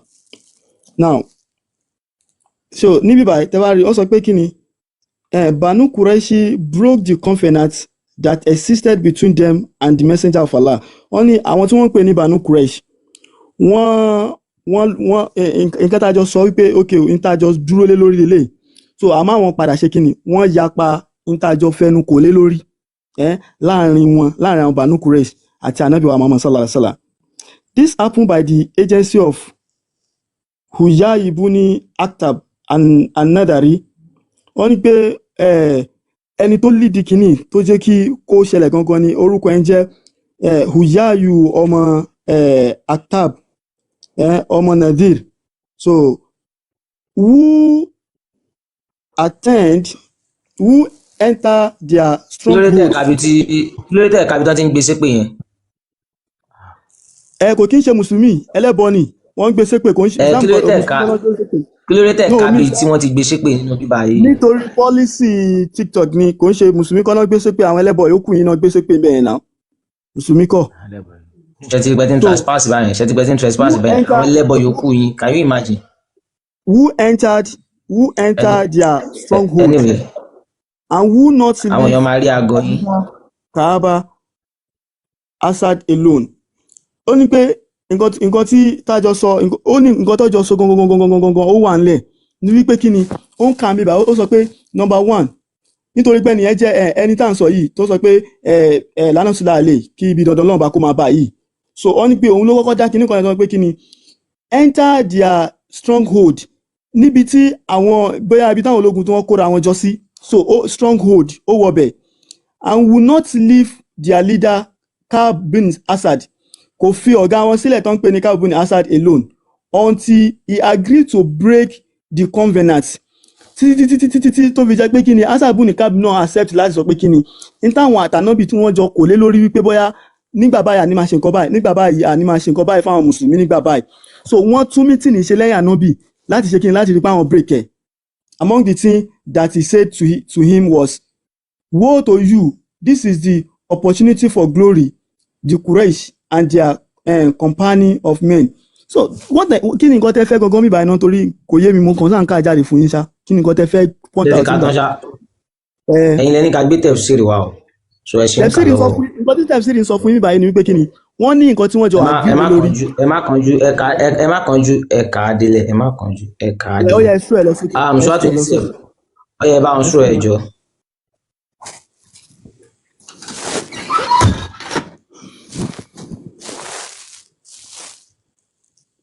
so afọ́nilé tí ọmọ ẹ̀pọ̀n fòyọ èèyàn break rules oníkálọ̀mọ̀ pa wọ́n imagine.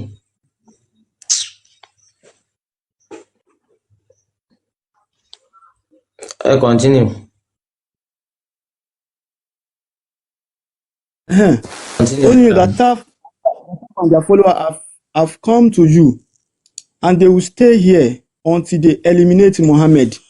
Ṣoṣàgbọ́ nínú àwọn nǹkan tí wọ́n sọ lẹ́yìn ní pé kí ni ẹnìkan máa wá bẹ̀ tó ń jẹ́ Gataf so máa wá dúró bẹ̀ yẹn ó ló máa wá fún àwọn yẹn ní information nípa Nábì by nǹkan tó bá rí nípa yẹn ló máa fi fún wọn ní information tó máa fi rí pé kí ni they eliminate Muhammad sallallahu alayhi wa sallam kàn fi rí pé àwọn pa ara àwọn kò ń ṣe Muhammad wọn ò lè pa Muhammad dípò àwọn para àwọn but they put Muhammad for here in a picture and his companion àti àwọn òjíṣẹ́ rẹ̀ àwọn tọ́jọ wà àwọn companion àwọn alábàáṣe àwọn wọléwọ̀de bíi Abubakar Umar Usman Ali.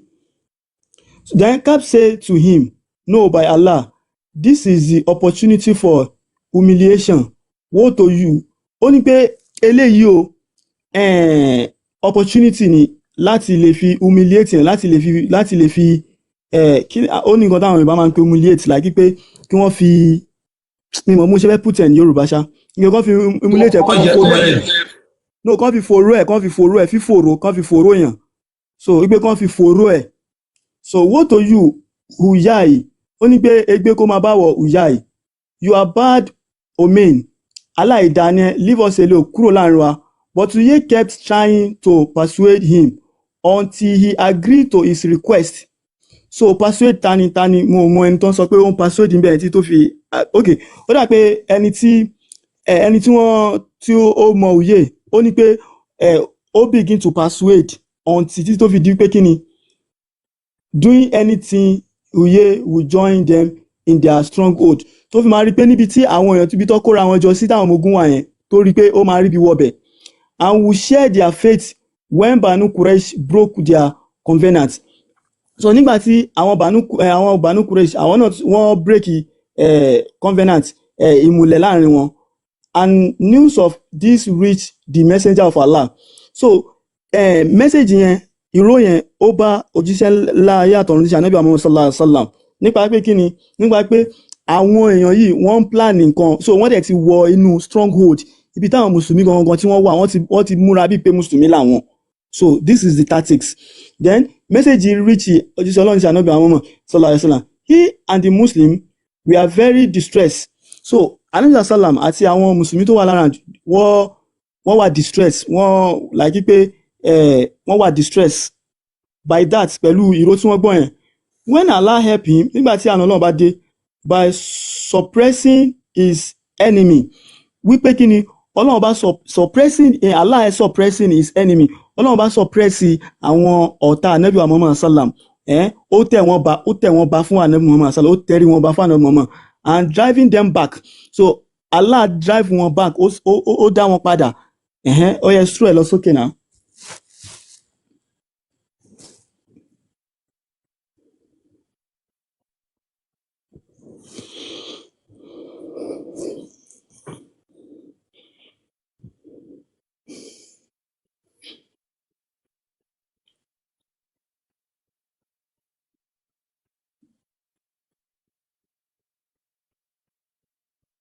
So náà ló sì tún pọ̀ tó báyìí. Torí nǹkan tó fẹ́ mú jáde níbẹ̀ kò tí ì yé mi báyìí nínú àwọn nǹkan tá a ti ń sọ ń sìn ni wípé àwọn enemy wọ́n wá. ẹ̀yin lẹ́ni ká bá yín gbé wá èmi pé Muhammadu ní pààyàn ẹ wá ní rárá pé ká gbé tẹ̀fsírì àyà yẹn wá òun lẹ́ ń ka yẹn tó ti sún yín. ó dẹ̀ wá fine bá a ṣe ń ka yìí níbo láti wá kà ń bẹ̀ báyìí tẹ́ wá gbọ́ pé Muhammed pààyàn bẹ̀ ẹ ti gbọ́ pé àwọn ẹnìkan wọ́n kóra wọn jọ no à ń kà lọ náà ni mò ń rán yín létí àwọn nǹkan tá a ti kà sẹ́yìn tá a kà sí gbogbo ojú ayé wípé àwọn ẹnìkan kóra wọn jọ àwọn èèyàn ń gbọ́ yẹn nídìí ẹ̀. wọ́n wá sọ pé Allah suppress àwọn enemy yẹn wípé kí ni Allah fi ànábì borí wọn. So wọ́n sọ wípé ànábì ló wá lọ kógun jà wọ́n ló sọ pé káwọn dájàlẹ̀ nítorí kí ni níbo náà ti kọ́ síbẹ̀ ń bí báyìí tó bá yẹ pé wọ́n bẹ̀ yẹn kabẹ̀ jáde tẹ́ bá dẹ̀ ní kí n máa ka ilé lọ kí n máa ka lọ káwọn èèyàn máa gbọ́ wa kọ́dẹ̀ sọ bí tí ànábì ti wọ́n sọ bí tí ànábì ti sọ pé ó yá ẹ dájàlẹ̀ gbà níbi tá a dé ní pé kí ni àwọn ọ̀tá Ustaz ti rojọ́ púpọ̀ jù ẹ̀ka tó wà lójú screen now.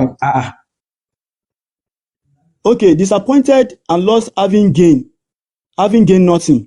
So wọ́n ní pé wọ́n wà disappointed wọ́n jẹ́ kábàámọ̀ lórí pé kí ni wọ́n ò rí èrè jẹ kankan.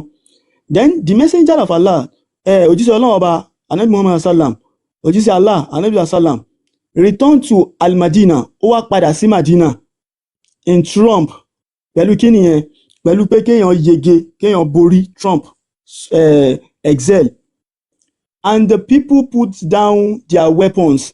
Nígbà táwọn bí máa padà sí return to al-Madina nígbà táwọn bí lọ sí Madina táwọn bí dé Madina pẹ̀lú kíni pẹ̀lú pé ní Mecca wọ́n rí pa gbogbo bí wọ́n ṣe ṣe tí wọ́n disguise pé mùsùlùmí làwọn tó ṣe gbogbo ẹ̀ tí wọ́n fi tádìsí wá ń sọ fún yín pé Ọlọ́run wá dójú tì wọ́n yẹn. So ìgbà táwọn bí wá dé Madina so ní nǹkan tó mú kúrò ní Mecca òun náà ti ṣàlàyé fún yín níwájú yẹn.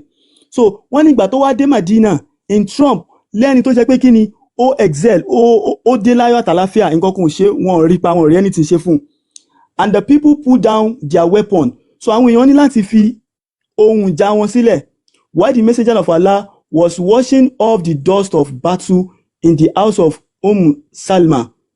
Wọ́n ní pé àwọn nǹkan tí àwọn ohun ìjà tí ànábì máa ń lò àṣọlá pé ànábì ó ń fọ̀ níbi ilé ẹni tí wọ́n ń pè ní Salma níbi ilé ìyá tó ń pè ní Salama. May Allah be pleased with her. So kí Ọlọ́run bá yọ́nú sí woman yẹn. Jibril upon him be peace.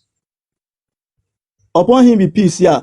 Came to him, then Jibril wá bá ànábì sallallahu alaihi wasallam wearing a turban of a brocade. Okay, brocade. Yes, pé ó wọ láwàní brocade owú brocade owú tó máa fi ń ṣiṣẹ́ owú ẹ̀gbọ̀n. Riding So- on a mole on which was a cloth of silk brocade. Silk ni aṣọ tó ń pè ní silk ni a máa ń pè ní silky shine aṣọ shine. He said, have you put down your weapon? Ó ní pé àwọn nǹkan ogun ẹ̀ tó ní ṣó ti fi wọ́n lẹ̀. Oh, messenger of Allah. Messenger Ìwọ of Allah, òjíṣẹ́- he said. Ìwọ òjíṣẹ́ Allah. Then he said yes. Ó ní pé Yes, he yes. said, but the angel have not put down their weapons. Their weapon. I have just now come back from Ẹ má bínú. pursuing. He said, but the angels have not put down their weapons. Okay. Kí ni ó ní pé bá àwọn mọ̀láìkà wọn tí ì fi ohun ìjà wọn sílẹ̀ níbi tẹ́ máa ti understand nǹkan tí wọ́n sọ yìí. Òun ni nígbà tí àdìsí yìí tó ń sọ fún yín wípé Allah dojú ti Ẹ àwọn má bínú sà, ẹ má bínú sà, hello Niyas, Mo wà ẹ pẹ̀lú má bínú. Ṣé ẹ mọ̀ pé Wà táǹkà yìí ó ń ṣàlàyé nǹkan kan ni? ó dẹ̀ ń bára wọn mu bọ̀ wá. Ó ń bára Ẹni wọn mu bọ̀ wá. sùúrù, ẹni sùúrù, you don't rush. Táǹkà yìí ó ń ṣàlàyé àyà Kùránì tí a gbé síta. Ṣé eléyìí náà tún ní nǹkan míì tó tún ń ṣàlàyé ẹ̀ nítorí ibi tẹ́tí rí nǹkan kan ṣàlàyé ẹ̀ tẹ́lẹ̀ o. Ìgbà tó débi pé àwọn màláìkà Allah àwọn náà tó ń kódà àti ìbọn kiri ẹ rí nǹkan míì tẹ́fẹ́ fi ṣàlàyé ẹ̀. Wọ́n ní pé wọ́n ń kó idà àti ìbọn kiri. Nǹkan tí wọ́n ń sọ ni wípé bí ànábì ṣe borí àwọn ọ̀tá níbẹ̀ yẹn wípé Okay, ló wá sọ Allah ló pé rán àwọn mọ̀láìkà láti protect ẹ̀ láti dáàbò bò. Kí ni ó wà ṣé kò sí? kí ni àwọn màláìkà fi ẹ má rush mi láì bẹ̀rẹ̀ ṣe ń rush. Kí ni ó sọ bíbá wípé ó béèrè lọ́wọ́ wọn pé ṣé àwọn angel ti kó kíni sílẹ̀? Wọ́n ní Weapon pé kí ni tí weapon? wọ́n ti kó nǹkan ogun wọn sílẹ̀. It's a borrow word. Kò ń ṣe pé bóyá ìbọn àbí àdá àbí àké tí wọ́n kọ ìbọn síbi àbádá síbi báyìí. So kí ni weapons? Weapons lọ́dọ̀ titi yín you take the mind of physical mind to take it but then spiritual mind. Okay. Weapon ilé ìtàn ló ń bí báyìí kí náà fi ṣe bógun náà fi jà kí náà máa fi ń jagun.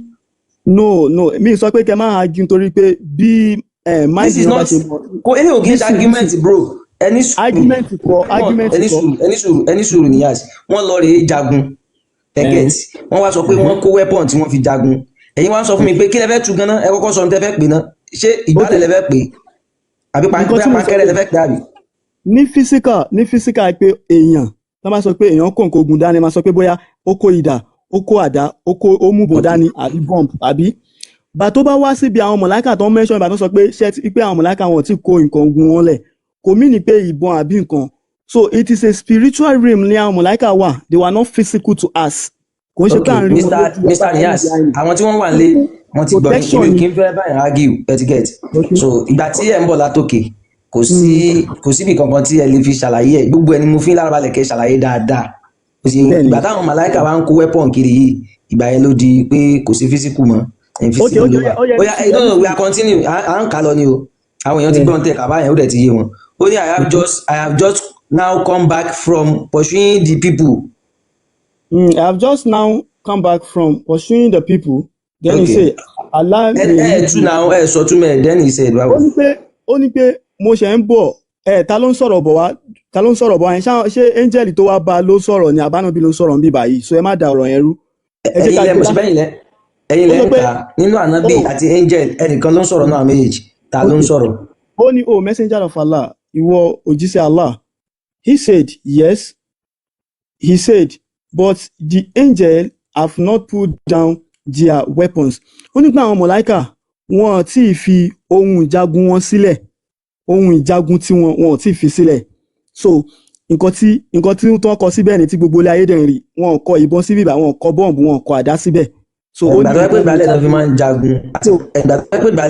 jagun àti pankẹ́rẹ́ ẹ máa ká lọ. Physical realm lẹ́yìn fi ń wo yẹn ok ẹ jẹ́ ká máa ká lọ. Niyasi ẹ máa ká lọ. I have just now come back from pursuing the people. Then Jibril ló ń sọ fún ànábì pé so ibi tẹ́mi gan ti ń bọ̀ ṣe nǹkan sef níbi tí mo ti lọ àwọn èèyàn tí wọ́n ń wá pé bí wọ́n máa ṣe gbẹ̀mí ẹ̀ níbi tí mo ti lọ tú wọn ká níbi ààbò tí wọn ibẹ̀ gan lèmi gan ti bọ̀ láti ṣiṣẹ́ fún ẹ. Ok ẹ má bínú so gbẹ̀mí ẹ̀ náà wà bí bàyà bí àti bí ààbò sí ẹ àti bí tú wọn ká ó yẹ kán fòkùn sí lọ́rùn ní káwá sọ ẹ̀ ń bọ̀ ẹni sùúrù ẹ má bínú ó yẹ kán fòkùn sí lọ́rùn ní káwá so mọ́rin fáànù lókè kẹ́ pòkùn tó dànù ṣé ìgbọ́n nǹkan tẹ̀ ń kà ní ẹ̀yin yẹn wa Jìbìrìlù òun náà tó òun àtàwọn màláìkà tó kù wọ́n tún kó idà wọ́n tún bẹ̀rẹ̀ sí ní lé àwọn yẹn káàkiri àti ìbọn ṣebí ayé ṣebẹ́yìn lẹ́ aláàdá. sọ̀rọ̀ ṣebẹ́yìn lẹ́ sọ̀rọ̀ àbí. ẹ continue.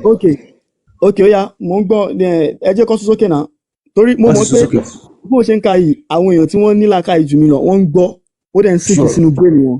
sure wọ́n gbọ́ gbogbo bẹ́ẹ̀ ṣe pé nǹkan ìjagun ní búrẹ́dì àti tíì gbogbo ẹ̀ náà ń gbọ́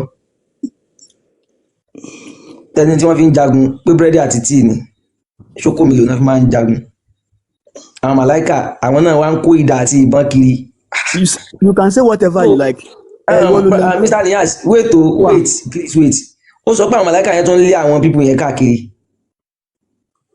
can you imagine gbogbo tí wọn kásá mọ lé àwọn èèyàn kọ́kọ́ àwọn èèyàn mọ́ balẹ̀ ta ló dá àwọn tán lé kiri yẹn ta ló mú wọn kó lórí ìmọ̀nà tán mọ̀nà yẹn àwọn ẹni lẹ́ni. ṣé ẹ ń béèrè lọ́wọ́ mi àbí ká máa ka ilé ẹ jẹ́ kó gbé kíní jáde kẹ́ máa kà ẹ jẹ́ kó gbé kíní jáde kẹ́ kà gbogbo ẹ̀ ló ń sára ìdá ojú bá yín gbé jáde. ẹ ṣe jàre.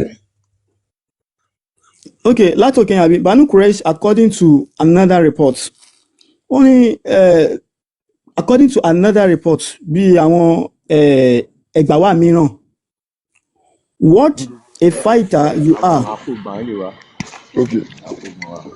ẹ bá ti gòkè ẹjọ bá mute mic yín.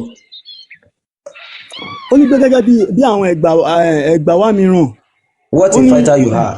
what a fighter you are wípé ó kú ẹni tó lè akíkanjú olùgbèjà. ẹ̀yin mọ̀ tó mogún jà yàtọ̀ o. akíkanjú a fighter what a fighter you are like wípé akíkanjú so nǹkan tó sọ akíkanjú is so and another okay what a fighter you are. So have you put down your weapons? ẹ jẹ́ ká lọ pẹ̀lú Niyas. tó ti fi nǹkan ogun rẹ̀ ṣó ti filẹ̀ he said yes ó ní pé bẹ́ẹ̀ ni he said but we have not put down our weapons yet ó ní àwa àti ìkó ti wálẹ̀ get up and go to these people lọ kó lọ bá àwọn èèyàn yìí he said where he said when he said ó ní sọ pé Banu Quraysh àwọn Banu Quraysh for Allah has commanded me to shake them so the message of Allah. ẹ má bínú sá ibi tá a máa ti máa bẹ̀rẹ̀ sí ní tu díẹ̀ ni so that àwọn èèyàn lè lọ yìí. ó ní kẹ́ oya listen carefully please ó ní Banu Quraysh for Allah has commanded me to shake them so ẹni tó ń sọ̀rọ̀ mi báyìí angel ló ń sọ̀rọ̀ mi báyìí Muhammad kọ́ ló ń sọ̀rọ̀ mi báyìí. ẹ ti ṣe mistake mi ṣe mistake òun rè ó hàn òun gbogbo lẹ́yìn rí báyìí náà. ẹ yé kí n káfíń kẹ́tù sá ẹ yé kí n káfíń kẹ́tù kó lè báyìí. ó ní for Allah has commanded me to shake them. ta ló ń sọ̀rọ̀ ṣé Muhammad kọ́ ló ń sọ̀rọ̀ bí báyìí. ta ló ń sọ̀rọ̀ ṣebí prophet ló ń sọ̀rọ̀. Jibril ló ń sọ̀rọ̀ angel ló ń sọ̀rọ̀ okay so the messenger of Allah may peace be upon him got up immediately and commanded the people to march towards Banu Quraysh, who were a few miles from Al-Madina. So láti ibi tí ẹ farabalẹ̀ ẹ jẹ́ kí mi ṣàlàyé abẹ́fẹ́ ṣàlàyé ẹ̀. ṣebí mi lẹ́ni kí n máa tú. túbẹ̀ yẹn. Jibril sọ fún àwọn bíi wípé àwọn tẹ́bárí sàlẹ̀ àwọn sọ pé a few mile away Jibril wá intect àná bíi pé àwọn Banu Quraysh wọ́n ń bọ̀ wá láti wá kógun jà ẹ́ a few mile away so you have to get ready get prepared òun ni ó hàn bẹ́ẹ̀ náà ṣé kò hàn bẹ́ẹ̀. ẹ má bínú sá ibo ni láti wá kógun jà ẹ́ wà ń bẹ̀. òun rèé ó sọ pé who were a few mile away from Al-Madina who are those the enemies they were closer to you. abẹ́wà gbà mí ni Mr. Niyas ẹni sùúrù kí ló sọ pọlọ bọ̀bọ̀dá yìí ẹ máa gbọ́ o ó ní for Allah has commanded me to shake them ẹni sùúrù ẹ jẹ́ káwọn èèyàn gbọ́ ẹ jọ̀ọ́. Ó ní Allah ti pa mí láṣẹ láti mì wọ́n jìgìjìgì so the messenger of Allah ó ní lẹ́yìn ìgbà náà Muhammad òjíṣẹ́ Allah sallallahu alaihi wa ala ó ní got up lẹ́ẹ̀kan náà ló dìde immediately lẹ́ẹ̀kan náà and commanded the people òun ni wọ́n sọ fún wípé kó dìde Allah ti pa láṣẹ kó lọ rèé kógun ja àwọn ènìyàn àwọn Banu Quraysh farabalẹ̀ ó ní wọ́n sọ Allah command ẹ̀ ó mọ̀ pé gbogbo ohun tó bá ti fẹ́ ṣe àti ohun tó bá ti ń ṣe lọ́wọ́ òun náà ló máa ń sọ pé Allah command òun lórí ẹ̀ so immediately ló sọ pé Allah command òun lẹ́ẹ̀kan náà ló dẹ̀ dìde ó dẹ̀ march àwọn ọmọ ogun toward Banu Quraysh ó darí wọn kọ ibi táwọn ọ̀ràn Banu Quraysh wà who were a few miles tó dẹ̀ jẹ́ wípé ọ̀nà wọn jìnnà síbi tí wọ́n wà from Al-Madina ọ̀nà wọn jìnnà sí Madina kò sí pé wọ́n ti ń kógun jà ọ́ bọ̀ lọ pàdé wọn rárá o ó ní Allah ti pa ẹ́ láṣẹ lẹ́ẹ̀kan náà ni Muhammadu dẹ̀ dìde kó ṣéèkì wọn lẹ́ẹ̀kan náà ni Muhammadu dẹ̀ dìde ó dẹ̀ line up àwọn. tíǹkì ni yẹn tíǹkì nǹkan tó fẹ́ ṣẹlẹ̀ ní Ọlọ́run ní pé kí Jibril wá sọ fún yẹn kí ló dé tẹ̀ ẹ má bínú a máa rí fáyẹ̀ sí àwọn èèyàn lókè ń sìn so máa dákẹ́ ń sìn ní tí mo fẹ́ káwọn èèyàn ó rí bíbá yìí ń ta torí ẹ̀ kúrò níbi àyà yẹn ó ní pé Muhammadu ló máa ń máàcì àwọn ọmọ ogun pé ó yá ẹ̀já lọ jagun bíbá yìí ó sọ wípé wéètò má yẹ kí mi àti ń tọ́ṣì mara wa lọ́wọ́ ó ní Allah ti pa láṣẹ ta ló pàṣẹ wípé kán lọ ṣéèkì àwọn kan ta ló pàṣẹ pé kán lọ ṣéèkì àwọn kan. ó ní nǹkan tá à ń káàbọ̀ wá o. wait mo ti get but ta ló pàṣẹ níbà pé kán lọ ṣéèkì àwọn kan. ṣebí Jibril ló ń sọ fún ànábì báyìí Jibril ló ń sọ̀rọ̀ bí báyìí náà ó lè fún ànábì impact. mo ti gbọ́ yín ta ló pàṣẹ pé kán lọ ṣéèkì àwọn kan. ẹ máa gbọ́ nǹkan kí ló dé tẹ́ brother mi Niyas ta ló pàṣẹ kí wọ́n lọ ṣéèkì àwọn kan. Allah ló give order wait ẹ fẹ́ sọ brother mi mo mọ̀ pé ẹ fẹ́ sọ ẹ fẹ́ dáhùn the question is ta ló give order wípé ẹ lọ ṣéèkì àwọn kan ta ló give order yẹn. ẹni pé ta ló give order pé kí wọ́n lọ ṣéèkì àwọn kan. Allah has commanded me to shake them. Allah ló command pé ẹ lọ rẹ shake wọn. Allah ló commander. Jibril sọ listen please ẹ má jẹ́ ká deviate níbi nǹkan tó wà lójú bọ́ọ̀dù. ṣé Jibril máa sọ̀rọ̀ without Allah. ṣe bí messenger of Allah ni Jibril. ta ló wá command. ṣé àwọn èèyàn ṣé wọn are they not gathering to come and attack Muhammad this is òun náà kọ sí ìbàrí rẹ̀gẹ̀dẹ̀ yìí náà kí ló dé ṣe ẹ máa nípa ẹ̀rí tó kọ sí ìbàrí ni. I think we are done with Niyas. èmi tí ẹ ti ṣetán pẹ̀lú yín bọ̀ ẹ jẹ́ kí mi explain fáwọn èèyàn wa gbogbo ohun tí wọ́n ń kábọ̀ látòkè yẹn. ẹ ti kàkàdélẹ̀ ẹ má rọ ọ̀ṣẹ́ kàkàdélẹ̀ kó wọ́n gbọ́ dáadáa níbi báyìí. tàbá máa kàdélẹ̀ you need to tell me the commander of àwọn wòlélẹ̀ àwọn Bani Quraysh tó sọ pé kí wọ́n lọ bá wọn ta ló fẹ́ lọ shake ta ló command pé kán lọ shake that's the question. ok àwọn tí wọ́n command pé kí wọ́n lọ shake ó ti yé báyìí. ta ló command èèyàn kan ló command kò ń ṣe àwọn èèyàn ni wọ́n command èèyàn kan ló sọ bí báyìí kó command. Ọlọ́run ọba ránṣẹ́. Ọlọ́run ọba kọ́ tẹ bá tún sọ pé Ọlọ́run sọ yíbẹ̀ yẹn mọ́ Ọlọ́run ẹ fẹ́ yíbẹ̀ yẹn mọ́ Ọlọ́run àbí ẹ fẹ́ yíbẹ̀ yẹn mọ́ Ọlọ́run. listen brother listen Allah sọ fún Jibril pé kó sọ fún ànábì ó ti yé báyìí so intake ni pé wọ́n fún wọn ní information nǹkan táwọn èèyàn tí wọ́n ti dúró ká òun ní bíbá yìí náà. ibo ni information wà níbí báyìí. information rẹ̀ níbí báyìí. níbo. ó ní pé toward Banu Quraysh who were few miles from Al-Madina. tán bá ní toward kí ni ìtumọ̀ toward. towards to láti ìkọjú sí Madina sálà náà bí sálọ. wait ẹ má bínú ìkọjú sí àwọn wo ni wọ́n kọjú sí. àwọn tí wọ́n ń bọ̀ láti Mecca ni wọ́n kọjú sí Madina ìwọ tó bá ń bọ̀ láti Madina kọjú sí Èkó. and commanded the people to march toward Bani Quraysh who commanded the people. gbogbo nǹkan tẹ́ ń béèrè. No, you don't use question to answer question from me. Only okay, and the messenger of Allah got up immediately. Òjíṣẹ́ Allah ó dìde lẹ́ẹ̀kan náà and commanded the people to march toward. Ó command àwọn èèyàn kan ó yẹ march toward Quraysh ẹ kọjú sí Quraysh. Oh yeah, listen. Kí ni ẹ ń pariwo mi ti listen.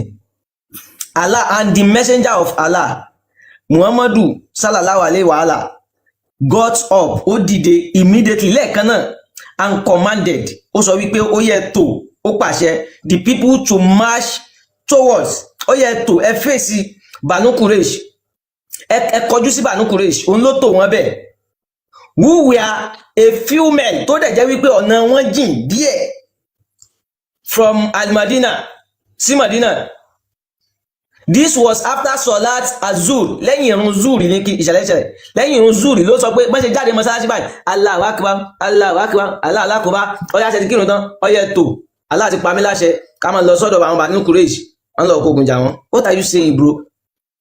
ẹ kárí náà. ẹni sùúrù ta ló sá lọ sí Madina ta ló kúrò ní Mẹ́kà tó lọ Madina. ta ló ń ẹ má kúrò níbí báyìí àní ṣé Allah ló kọ́ máa di pé kán lọ ṣéèkì àwọn èèyàn. ṣe bí wọn ṣe ṣe bọ́ ẹ já wọn bọ́ sílẹ̀ kò mọ bó ṣọ. bó ṣe bá tẹ̀lé ẹ ṣe gan ifá mọ geography and ẹjọ Ilyas reduce volume kí ni ẹ. ẹ ṣe gan inú mi dùn pé àwọn èèyàn náà rí gbogbo àwọn nǹkan tí wọ́n ń kà ẹ̀yin náà ẹ̀yin ẹ lè test reason tí Muhammadu fi ṣígun lọ tó fi kọ́ńkà wọn ní Banu Qurayza. ẹ má gbàgbé pé Medina ni àwọn Banu Qurayza yìí wà. Banu Qurayza yìí ni Muhammadu ti pa gbogbo àwọn ọmọkùnrin tó wà ń bẹ̀ tó ń ṣí abíyá wọn wò gbogbo àwọn tó bá ti mú irun lábíyá Muhammadu bẹ́ orí wọn ni. gbogbo àwọn ọkùnrin wọn ni wọ́n pa pátápátá àti obìnrin ẹyọ kan òun ni wọ́n pa. ìdí tó dẹ̀ fi pa wọ́n kò ju wípé wọn ò gba Islam lọ fún wọn ní option méjì kán gba Islam tàbí kóhun pa wọn. àwọn yẹn dẹ̀ yarí pé àwọn ò gba Islam reason tí Muhammadu tó fi lọ ṣígun lọ bá wọn nìyẹn. ẹ rí pé Allah ló ń sọ fún Muhammadu pé kó lọ síbẹ̀ ó yá lọ ṣígun lọ bá wọn lọ gbalẹ̀ wọn. ẹ má gbàgbé àwọn ẹni yìí láti Mẹ́kà ni Muhammadu ti kúrò. àwọn ẹni yìí ni wọ́n gba Muhammadu lálejò ní Medina yìí ní Yatribo. gbogbo àwọn Jewish kíní tó wà ń bẹ̀ àwọn torí àwọn Banu Qurayza yìí Jew ni wọ́n. Muhammadu pa gbogbo wọn pátápátá àwọn tí Muhammadu pa ní Banu Qurayza they are over 900. ẹ lè tẹ́ sí Google nǹkan tí mò ń sọ yìí ẹ̀yin èèyàn nígbẹ́ Banu Qurayza kí ló ṣẹlẹ̀ ẹ rí àwọn nǹkan tí mò ń sọ yìí so mo kàn mọ́ dúró pé káwọn èèyàn kan lè rí gbogbo torí wọ́n sọ pé kán gbé tafsir wa wọ́n tẹ̀ gbé wá wọ́n aláwẹ̀ kó ka tafsir yẹn to the fullest because kò sí pé bóyá wọn jẹ́ kó ka wọn jẹ́ kó sọ̀rọ̀ wọ́n jẹ́ kó ka tafsir yẹn. nǹkan tí mo bá fẹ́ ká ẹ̀kọ́ tí mo fẹ́ ká kọ́nu kíní ni pé ṣe rí Kùránì yìí ìwé ogun ní ìlànà àti jagun gbalẹ̀ ní ìtàn wa kọ́ ló wà ń bẹ̀. ẹ̀yin náà ẹ wo kíní ìnà gbogbo nǹkan tó ń kà ń bì Banu Qurayza Muhammadu Jubril kò sí kankan tó kan àwa ọmọ Yorùbá ń bẹ̀ náà wẹ́tẹ́ bá wo gbogbo kíní yìí àwa náà ní ìtàn tọ̀dọ̀ tí wà. Please when I'm talking you mute please. Moderator tó bá tún tan mic lẹ́kọ̀ọ́ sí ẹ̀ stop ẹ̀. I've told you pé kò mute tó bá tún tan mic lẹ́kọ̀ọ́ sí ẹ̀ stop ẹ̀. ẹ jọ̀ọ́ Mr. Truth ẹ jọ̀ọ́ ẹ ṣe so tẹ́ bá ń wo kíní tá à ń ká yìí ìtàn onítàn ló wà nù kíní kí ló kan àwa ọmọ Yorùbá pẹ̀lú Banu Qurayza ṣé àwa kí ló kàn wá pẹ̀lú Muhammadu kí ló kàn wá pẹ̀lú Medina kí ló kàn wá pẹ̀lú gbogbo kíní tá à ń ká yìí sìn àwa náà nìtàn wà. nǹkan tí mo fẹ́ kí everybody mọ̀ ọgọ́ ni pé ṣe rí Islam yìí wọ́n kàn wá fi dá wàhálà sí wa lágbàdá ni ẹgbẹ́ fún wọn kọ́ máa yán kọ́ máa para wọn ẹ̀sìn àwọn apààyàn ní kíní yìí náà. kí làwọn tó wà ní Banu Qurayza kí náà ṣe fún wọn wọn ṣe anything wọ́n ti jọ sign agreement yìí pé okay àwọn ò ní táwọn èèyàn kan bá ń kógun bọ̀ wọn ò ní kógun lọ jara wọn torí ní ilẹ̀ Saudi wọn máa ń kógun jara wọn ni wọn ò dẹ̀ ṣe anything fún Muhammadu kan èdè ya lọ ó kàn ìgbà tó máa báyé àwọn ibú yìí jẹ́ ó gbẹ́ kòtò ó gbẹ́ tẹ́bá wo àwọn Boko Haram yẹn àwọn kòtò trench tó máa ń gbẹ́ yẹn nǹkan tí Muhammadu gbẹ́ round the whole Banu Qurayza yẹn for good 25 days ló fi pa wọ́n 25 days ni Muhammadu fi pa wọ́n wọ́n ṣí abí àwọn wò tó àwọn ọmọkùnrin tó bá ti bàlágà wọ́n bẹ́ orí wọn sọ̀kalẹ̀ ni ó jẹ́ pa obìnrin kan ó gba àwọn ọmọbìnrin yẹn òun làwọn sàábé Muhammadu ni wọ́n bá sùn ni wọ́n fẹ́ ẹ̀sìn yìí ẹ̀sìn ajagunbalẹ̀ ni tẹ́ bá dẹ̀ wo Quran tá a mú wá Quran 33:27 tó sọ pé òun máa jogún ilẹ̀ wọn fún ẹ ilé wọn dúkìá wọn nígbà tí wọ́n pa gbogbo àwọn ẹni ìtàn gbogbo ilé wọn dúkìá wọn ìyàwó wọn àwọn ọmọ wọn àwọn ọmọ wọn jùlọ kó gbogbo ẹ̀ the same thing tí wọ́n ṣe ní Kwara gbogbo àwọn tí wọ́n pa àgbàjúgbò àwọn tó fìlú wọn lẹ̀ àwọn wo ló máa jogún ilé wọn ló máa jogún dúkìá wọn ṣe bá àwọn mùsùlùmí ni ṣe bẹ́yìn Boko Haram yìí ni ẹ̀yin bandit yìí ni náà Muhammadu bandit ni tẹ́yìn náà bá wọ́n sí ok tí Muhammadu bá sọ pé òun lágbára àbá Allah lágbára kí ló dé tí ó ń ṣẹ̀ wá sọ pé ó yá ẹ lọ máa pa wọ́n I will shake them ẹ lọ pa wọ́n this thing is common sense now ó ṣe máa ní kọ́ lọ máa pààyàn kí ló ń pa wọ́n fún ó jẹ́ fi wọ́n ṣe bó sọ pé tọ́wọ́n bá ti ṣe Islam wọ́n máa wọ náà ó jẹ́ kó gbọ́nà náà but torí pé kò sí nǹkan tó ń jẹ́ náà wọ́n kàn cook up the whole story around that Jewish tradition Jewish belief tó ti wà nílẹ̀ àwọn Jew ni wọ́n mú tán ẹ tó bá ṣe dáadáa wà wọ náà wà wọ heaven and iná àwọn Jew kò ń ṣe iná ó yàtọ̀ sí iná Christian iná Christian ó yàtọ̀ sí iná Muslim irọ́ ni gbogbo kìíní this is an eyesore now èèyàn tó lè ronú máa mọ̀ pé kíní yìí irọ́ ni kíní yìí náà. Àwọn Júù ló mú ìtàn wá, kéèyàn kan sọ ìtàn mi, káwọn kan náà tún wá mú ìtàn mi yẹn kó tó fi create another religion, kẹ́lómi náà tún mú that same story kó tó fi create another religion. Òun nìkan tó ń ṣẹlẹ̀ náà, kò sí bí wọ́n ti dárúkọ Ògún, Ṣàngó, Ọya nínú gbọ̀ngàn tá à ń kà látàárọ̀ yìí sí. Báwo ni kíní ṣe kàn wá? Báwo ló ṣe kàn wá? Ibi wọ́n ti dárúkọ Odùduwà nínú Quran, kò sí náà. Ó wá ń ka kíní bí as if you are bí Arab ni ẹ, ṣé ọmọ Arab ni ẹ ni? Ó tún wá ń sọ pé Jubril ló sọ̀rọ̀ níbì kan, Jubril sọ fún Muhammadu. Meanwhile Muhammadu ò rí Jubril o, Muhammadu kàn fi Jubril guide ni o. Kó kàn fi Jubril guide ni o. Tí n bá fẹ́ ṣe nǹkan sìn, máa kàn sọ fún wọn, ẹ dúró, kí ni ó ti Jubril ti dé, ó ti sọ fún mi pé kí n ṣe báyìí. Kò sẹ́ni tó rí Jubril, kò sẹ́lẹ̀ rí náà. Muhammadu nìkan ló sọ pé òun rí Jubril. Nǹkan tó bá dẹ̀ sọ fún wọn ni wọ́n máa gbọ́. Jubril sọ pé ká lọ pa wọ́n. Jubril sọ pé kí n fẹ́, wọ́n ti sọ pé mi ni mo ní. Nǹkan tí Muhammadu ń ṣe nìyẹn náà. Ọ̀gá, it's okay. This is common sense. But torí pé àwọn Fúlàní yìí wọ́n fẹ́ fi nǹkan tí Muhammadu ṣe, ìlànà tí Muhammadu lò tó fi gbalẹ̀, òun náà ni wọ́n fẹ́ lò nílẹ̀ Yorùbá. The same tactics, we have to learn from history. The same tactics tí wọ́n lò tí wọ́n fi gba Egypt, Morocco, Algeria, Tunisia, tó fi gba ilẹ̀ Haúsá tó wà lọ́dọ̀ wa ń bí àwọn Fúlàní ti gbabẹ̀. The same game ni wọ́n ń play pẹ̀lú wa. Islam ò concern wa rárá, kò kàn wá rárá tọ́, wọ́n wá fi jà wá lógun ni. Ẹni tó ń sọ̀rọ̀ yín sí Fúlàní ni. Tafsiri yín sí kò sọ anything, ó ń jẹ́ kó yé wa pé Muhammadu ó sọ pé Jubril ní kóhun lọ jagun gbalẹ̀ wọn, ó dẹ̀ pa wọ́n. Kò dẹ̀ sí tó wá fẹ́ pa wọ́n, bismillah, Allahu Akbar, pẹ́ ṣe ń pa wọ́n nìyẹn. The same way dáwọn Boko Haram, àwọn bandits tó fi ń pààyàn lénìí. Èèyàn wa ẹ jẹ́ ká jí. Mo sọ fún yín pé a ní ẹ má lọ bá wọn àfáà, ẹ má lọ bá wọn mùsùlùmí yìí, Fúlàní ni wọ́n. Ẹ rí bọ̀bọ̀ yẹn bó ṣe rán yí kíní ẹ tó ń yí tó ṣà ń yí, ẹbí tó ti sọ pé wọ́n kó weapon dání, ó ní kí n ṣe, ó ní spiritual weapon ni, kò kí n ṣe ìbọn, kò ń ṣàdá. Bó ṣe máa yí fáwọn èèyàn wa nìyẹn. Ẹ̀yin èèyàn ni ẹ nídìí láti lọ ka kíní ẹ lọ ka fún ara yín. Ṣé ra àwọn tó ń jẹun di àwọn àfáà, wọn ò ní sọ òdodo. Wọ́n mọ̀ yí pé ẹ̀sìn yẹn irọ́ ni, bọ̀ tán bá sọ fún yín pé irọ́ ni, ibi lẹ ti fẹ́ kàn ti rówó. Ọlọ́run ò lẹ́sìn o, Allah ò dẹ̀ kí n ṣe Ọlọ́run Olódùmarè, ẹ má dá bọ̀bọ̀ yẹn lóhùn o, tó ń ka Quran tó ń rí Allah ń bẹ tó dẹ̀ ń pè lọ́lọ́run, ẹ má dá lóhùn o, irọ́ ni o.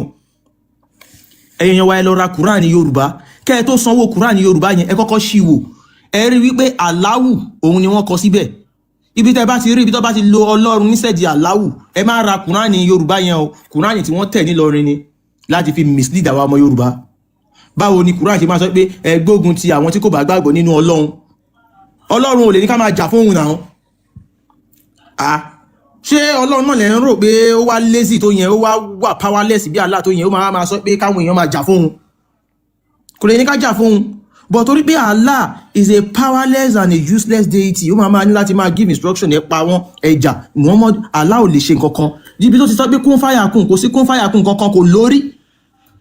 Àwa gangan la ní kún fáyà kún, àwa Yorùbá la ní kún fáyà kún, a máa sọ pé yá ṣe bẹ́ẹ̀, á jẹ́ ṣe bẹ́ẹ̀. Ó yá dúró, á jẹ́ dúró, ó yá máa lọ, á jẹ́ máa lọ. Kò síbi kankan nínú Quran níbi tá Allah ti lo kún fáyà kún. Tó túmọ̀ sí pé we the Yorùbás, we are more powerful than Allah. Wọ́n wá gbé Allah wá láti wá disarm wa. Wọ́n wá ń jẹ́ ká máa rí agbára yẹn bí nǹkan burúkú. Àwọn tí wọ́n ń lo oògùn, tó bá lo oògùn lọ́nà tí ò da, àwọn ni èèyàn burúkú, kò kí ń ṣògùn yẹn ní nǹkan burúkú. Ìwọ tó bá nógùn lọ́wọ́ tó lè fi control èèyàn, tó máa sọ fún pé ó yá dúró báyẹn, ó yá máa lọ báyẹn, mórílégbó, tó dẹ̀ máa mórílégbó. Tó bá lo oògùn yẹn lọ́nà àìtọ́, ìwọ ni èèyàn burúkú, oògùn yẹn kọ́ ni nǹkan burúkú. All this religion tí wọ́n gbé wá láti wá disarm wa, wọ́n fẹ́ pa wá rẹ́ lórí ilẹ̀ ni, ẹmọye ìran tó ti parẹ́ ni. Ẹmọye ìran tó ti parẹ́ ni. Egypt wọ́n pa wọ́n rẹ́ náà, ṣé bá àwọn Arab ló ń gbé bẹ́ẹ̀, ẹ yẹ̀wò, Morocco, Tunisia, àwọn Arab ló ń gbé bẹ́ẹ̀ náà. Wọ́n disarm wa kan tó pa àwọn náà, wọ́n disarm wọ́n dẹ̀ pa wọ́n. Wọ́n dẹ̀ sá lọ, gbogbo àwọn kan máa fọ́n káàkiri orí ilẹ̀, nǹkan tó fẹ́ ṣe nìyẹn. Ẹ pa wọ́n, ẹ gbalẹ̀ wọn. Ok, nígbà tẹ́ bá rí tán ìyá débi kan tó pààyàn pọ̀pọ̀pọ̀, wọ́n pààyàn bí 20, àwọn tó wà ń bẹ̀ yẹn ò ní fẹ́ dúró náà, wọ́n sá lọ náà, wọ́n sá sọ́dọ̀ àfẹ́mi wọn. Òun lẹ máa rí inú Quran, ẹ jà wọ́n lógun, ẹ fòró wọn, ìfòró le ju pípa lọ. Quran ló ń sọ bẹ́ẹ̀, ìfòró ó le ju pípa lọ. Báwo irú Allah wo ẹ̀dẹ̀ sọ pé òun ló dá wa ṣá, òun kọ́ náà. Ó sì máa ní kó máa fòró àwọn èèyàn. Tó bá mọ̀ pé lágbára, then ságbára ẹ̀ náà. Bọ̀ torí báwọn ẹni yìí, àwọn tó ń tẹ̀lé kìíní yìí, nǹkan tí ń jẹun lórí wọn, Fúlàní dẹ̀ ni wọ́n. wọ́n dẹ̀ ti pọ̀ láàrin wa báwo la yẹ fẹ́ dá wọn mọ̀ solution ni pé ìdí tó bá ṣe lè dá ọmọ Yorùbá mọ̀ sí ọmọ Fúlàní ò ní fi Islam lẹ̀ ẹ̀sìn Fúlàní ní Islam